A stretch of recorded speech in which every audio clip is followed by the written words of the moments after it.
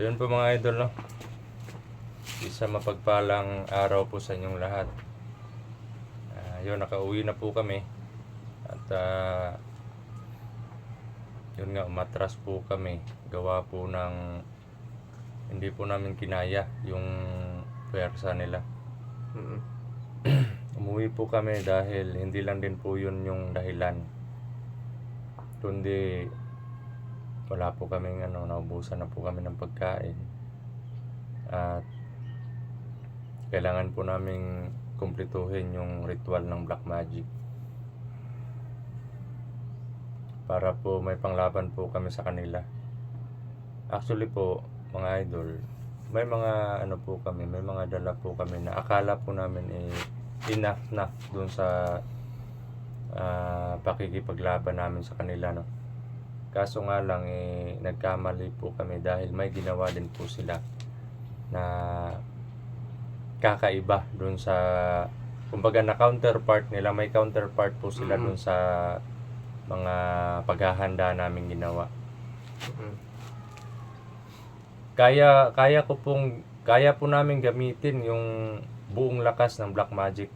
Kaso nga lang, kalahati pa lang yung kabisado namin. Kasi pag pipilitin namin gamitin lahat, delikado po, kami yung makukontrol ng mahikang itim.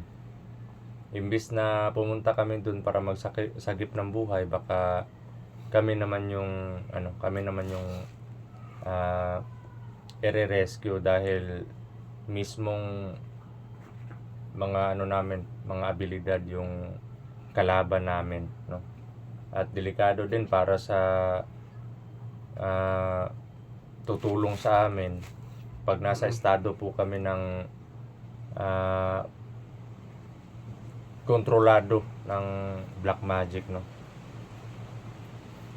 So yun mga idol, hindi pa po namin alam kung hanggang kailan po kami makakabalik kasi maghahanap pa po kami ng mga sangkap para doon sa ritual sa Black Magic para makabisado po namin lahat. At may dadalhin din po kami ng mga magagamit namin doon sa laban. Kahit po alam po namin kung paano sumpain yung mga kalaban, pero alam din po nila yun po yung ginagawa nila. Pag nasumpa yung mga kapangyarihan nila, alam din po nila kung paano po kami lalamangan, no. Kasi plano kami ng plano, pero yung kalaban nagpaplano din po yan. Kaya sa totoo lang, matindi na si Medallion. Okay, matindi na siya. Ilang beses na po naming hinanapan ng paraan yung lakas ng Medallion, pero hindi na uubusan po ng alas si Medallion, no, mga idol. lalo na at kasama na yung yung Mangkukulam. At hindi pa yan mga idol. Ngayon na nasa ilalim na nila ng kapangyarihan nila si Maui. Yung time po na habang nagre-ritual po sila, gusto kong gumawa ng eksena para po maputol yung or hindi nila maituloy yung pagritual kay Maui. Kaso nga lang, ang naisip ko, kausapin ko si Maui dun sa mutya na nilagay ko sa utak niya, kasi nung time na takot pa kami na baka mag-traitor siya sa amin noon, yung mutya nilagay ko yun sa utak niya. Inorasyonan ko yun, nag-usal po kami noon. Tapos kahit kontrolado ko yung isip ni Maui noon that time na nagbago na siya, natalo pa rin or nasumpa pa rin ang kalaban, kaya nakapasok yung ritual nila sa sa pagkatao ni Maui. Kaya nadagdagan yung lakas nila at alas. Alam naman po natin kung gaano kalakas si Maui din pag nasa labanan. At alam din po natin, kahit wala po siyang anting-anting, maaari po na bibigyan siya or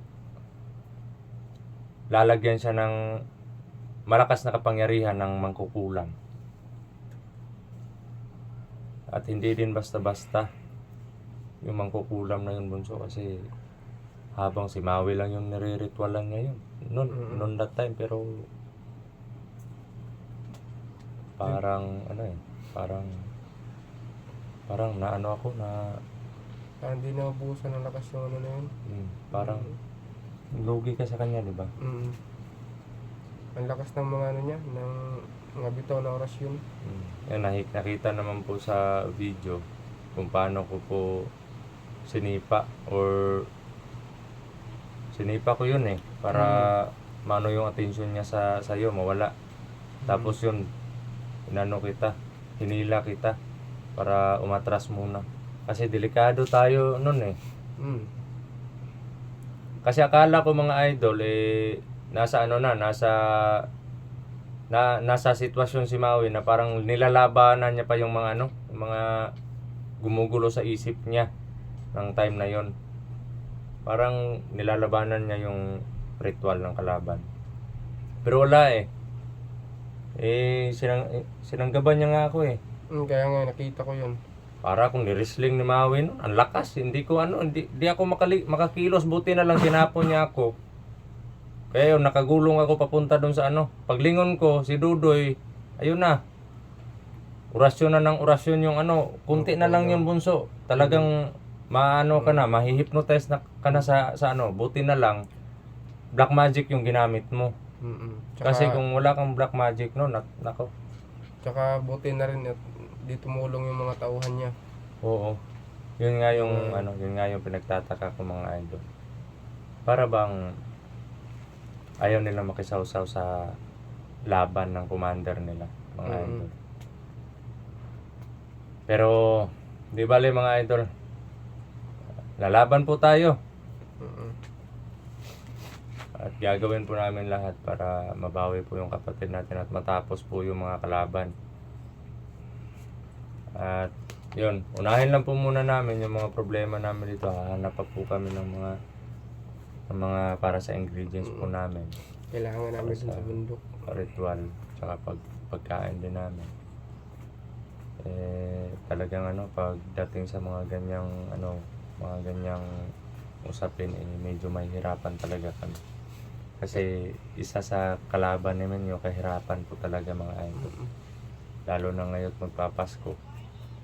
Baka magpapasko kami nandun sa bundok. Kami dalawa ni Dudoy.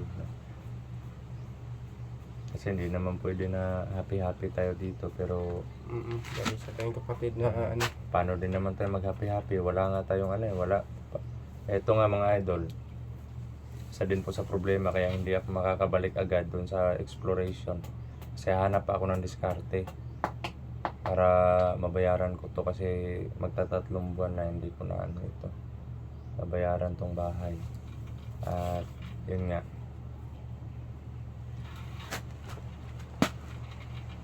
pa ng mga bata yung Christmas party. Sa pa daw, sa December 18 daw yun, yung Christmas party nila. Sabi ko sa kanila kagabi na hindi ko ma-promise kung makakasali kayo kasi wala talaga. Walang budget, walang bigas. Pero di bale, laban lang tayo at alam naman po natin na hindi po tayo pababayaan ng Panginoon. Yung goal lang po namin ngayon labanan po yung yung hamon ng buhay, hamon sa buhay namin. Yun lang po yung goal namin ngayon. Kasi pagtitigil din naman kami sa exploration or pabayaan na lang namin yung gulo, hindi rin kami matatahimik. Gawa po ng pinupuntahan po kami ng mga kalaban. Kasi tinik po kami sa landas nila At sana magdagumpay po tayo, mga idol. kasama po namin yung mga presensya nyo, mga dasal nyo sa pakikipaglaban namin sa kanila. Hindi man po kami sigurado kung mananalo kami. At least na alam nyo po na lumalaban po kami para sa atin lahat, na mawala na yung gulo at isa pa yung kalayaan. May nagtatanong din po sa akin, mga idol, ano po talaga yung punto or ano po talaga yung point ng mga taong yan, bakit nila ginagawa yan? Gawain po ng mga ano yan, gawain po ng yung mga may itim na mahika na ginagamit po nila sa kasamaan. Pagre-ritual, nagamit yung buhay ng mga tao na inosente. Isa po yan sa tradisyon ng mga satanismo, no? Satanism. At balang araw po, kung sino man yung makakasaksi pagdating sa panahon ng labanan, orasyon sa orasyon, ritual sa ritual, wala nang baril na puputok, wala nang armas na pwedeng ipanglaban mo sa labanan, kundi orasyon sa orasyon na lang talaga. Tigal po, ganun. Darating po yung araw na yan, mga idol. Kahit nga sa Biblia ay mayroon pong Armageddon. Darating po yan, mga idol. At may maka-Diyos, may mga satanismo din, mga idol. Kagaya ng kagaya ng yung kinausap natin yung tawahan ni Medalyon, yung sabi pa niya sa Bisaya na masaya daw sila pag Pag nakakapatay oo. sila. Kung titignan po natin mabuti, mga idol, wala po silang Panginoon. Wala po sa isip nila na ang maawa. Wala po sa isip nila ang gaano ka-importante ang buhay ng isang tao. Ganun. Wala po sa kanila. Kaya hindi po kami nagdadalawang isip na kumitil ng buhay nila. Gawa po ng ayaw po namin na marami pa silang mabibiktima ng mga inosente. Gaya po ng mga bata. Galing papasok lang sa eskwelahan, tapos hindi nila alam, pag uwi nila, yun na pala yung huling araw, ganun. At may iba pa na nire-rape, tinatapon lang sa ilog yung iba, pinapatay, inaalay, ganun. Yan po yung mga pinaglalaban natin na ayaw nating mangyari. Ayaw na nating mangyari. At explain ko lang din po yung late upload natin, yung hindi tayo masyadong nakaka-upload agad. Yun nga po, sabi ko na part dun sa load namin yan. At minsan nasa panahon na critical po yung may load nga kami, pero critical yung area. Hindi kami masyadong nakakatutok dun sa cellphone. Yung ginagawa na lang namin, nag-off cam kami habang minsan nga natutulog po kami sa yung kanal na kahit tumayo kahit nasa nasa harapan na kami ng kalaban, hindi kami nakikita kasi natutulog kami sa ilalim ng mga damo. Oo. Doon kami sa ilalim ng mga damo, tapos yung dinadaanan namin, inaayos namin para hindi nila makita yung mga footprint namin. Kaya ganun po ka critical yung sitwasyon. Ganun ka delikado talaga. Buti na lang si Bunso, alam na din po niya yung limitasyon niya. Kumbaga hindi siya magdadalawang isip kung alanganin siya. Pero hindi rin siya nagdadalawang isip kahit alam niya na alanganin siya, pero alam niya kung paano lalabas dun sa sitwasyon kung darating sa point na magigipit na. Okay lang sana kung siguro kung hindi pa nadali si Maui, malakas yung ano namin, malakas yung teamwork namin tatlo. Kasi si Maui nakitaan ko yan ng ano eh, nakitaan ko yan ng pagiging agresibo, pero may diskarte din. Yun nga lang, may mga diskarte din siya na kailangan may kasama siya doon sa diskarting ganun. Kailangan talaga ng grupo. Katulad natin, may diskarte tayo na kahit alam natin na delikado, pinapasok natin para lang sa kapatid natin. At least na ginagawa natin yung lahat. Tinatry natin yung best natin para ano yung kailangan gawin, ano yung hanggang ano yung makakaya natin para sa kapatid natin. At yun, sana lang mga idol na maligtas po natin maligtas na po namin si Maui. At sana po matapos na po yung gulo para makapagsimula po kami ng panibagong journey sa mga buhay namin kasama yung pamilya namin. Kasi baliwala po yung pagbabagong buhay kung magbago ka man. Oo nga, dito na tayo, nasa kabutihan tayo, ayaw nating makasakit ng tao. Pero ang buong katotohanan po talaga parang nakatali lang tayo dun sa buhay na yun na gusto nating, kumbaga binaliktad lang. Dati kang masama, nasa impluwensya ka ng kalaban, tapos ang kalaban mo naman yung mga mabubuti. Pero pag nagbagong buhay ka, lumipat ka doon sa pagiging mabuti, natatali ka din po doon sa sa buhay na kung saan ka galing, kasi makakalaban mo rin naman yung mga kasama mo dati. Nasa digmaan ka pa rin. Pero ang point po dyan mas mabuti na yung nasa kabutihan tayo kaysa dun sa alam natin na hindi tayo matatanggap ng Panginoon pagdating ng araw na pupunin na tayo.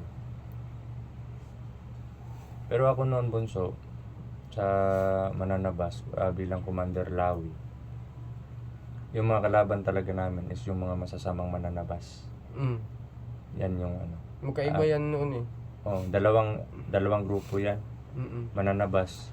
Isang grupo yan noon. Pero may nag-traitor na ilang commander. Nagkaisa, kaya yun.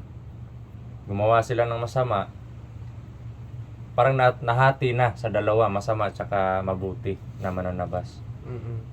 Gumawa sila ng masama, dinala nila yung pangalan ng mananabas. Kaya pati yung mga mananabas na nananahimik lang or walang ibang hangad kundi protektahan yung mga inosente laban dun sa mga tulisan, mga magnanakaw na pumapatay or mga kidnappers, ganun. Naging masama na din ang tingin nila ng mga tao sa kanila. Kumbaga lang sila, napektuhan. Oo. Kaya ngayon, katulad nito, mag-a-apply ng trabaho. Yun yung mangyayari. Mananabas ka dati. Diba? Commander ka pa nga dati. Kaya bawal ka dito. Hindi ka pwede ganito. Kasi pag usapang mananabas, alam po nila kung ano yung mga abilidad ng mananabas. So, pero yun lang po mga idol. Lalaban po tayo. At abangan nyo na lang po yung update namin. Tungkol dun sa pagbabalik exploration po natin. Unahin lang po muna namin yung problema namin dito. Baka mga ilang araw lang, mga idol. At magpapalakas din po kami. Hanap pa nga kami ng makakain ngayon kasi wala kaming bigas. At si Dudoy naman parang bibisitahin namin yung papa niya sa kanila kasi yung pinag-iwanan niya sa papa niya. Pero hanap pa kami ng pangpamasahe doon papunta kasi medyo malayo pala yun doon. So, Oh, layo yun bro. bakit doon mo nilagay yun? Ang layo. Ang layo naman. Gay. Pumuputok yung ano mo. Lalamunan mo. Yan nga yun. May ubo ka, sipon. Sipon lang. Parang napasobrahan ka ng orasyon mo. Ano? Kaya nga yun. Ang kukulang. Sobrang lakas ng orasyon ng kukulam na yun. Pero alam naman natin hindi sila mananalo. Kasi Oo. nasa panig tayo ng katarungan. Mm. So, yun mga idol, no? Nandito lang po muna yung update. Maraming salamat po sa panonood. Pagdarasal ninyo para sa safety namin. At maraming salamat din po sa walang sawa na suporta, pagmamahal, no, mga idol. At advance Merry Christmas po sa ating lahat, sa inyong lahat mga idol, no. At hanggang sa muling video, no, mga idol. Salute po kami. Mm.